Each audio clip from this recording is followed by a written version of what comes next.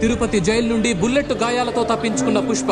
ఆ ప్రయత్నంలో పోలీసులు పుష్పపై 10 రౌండ్ల కాల్పులు జరపగా తను తీవ్రంగా గాయపడ్డాడని తెలుస్తోంది. శేషాచలం అడవుల్లో పుష్ప జాడ కోసం మొదలవుతున్న కూంబింగ్ ఆపరేషన్.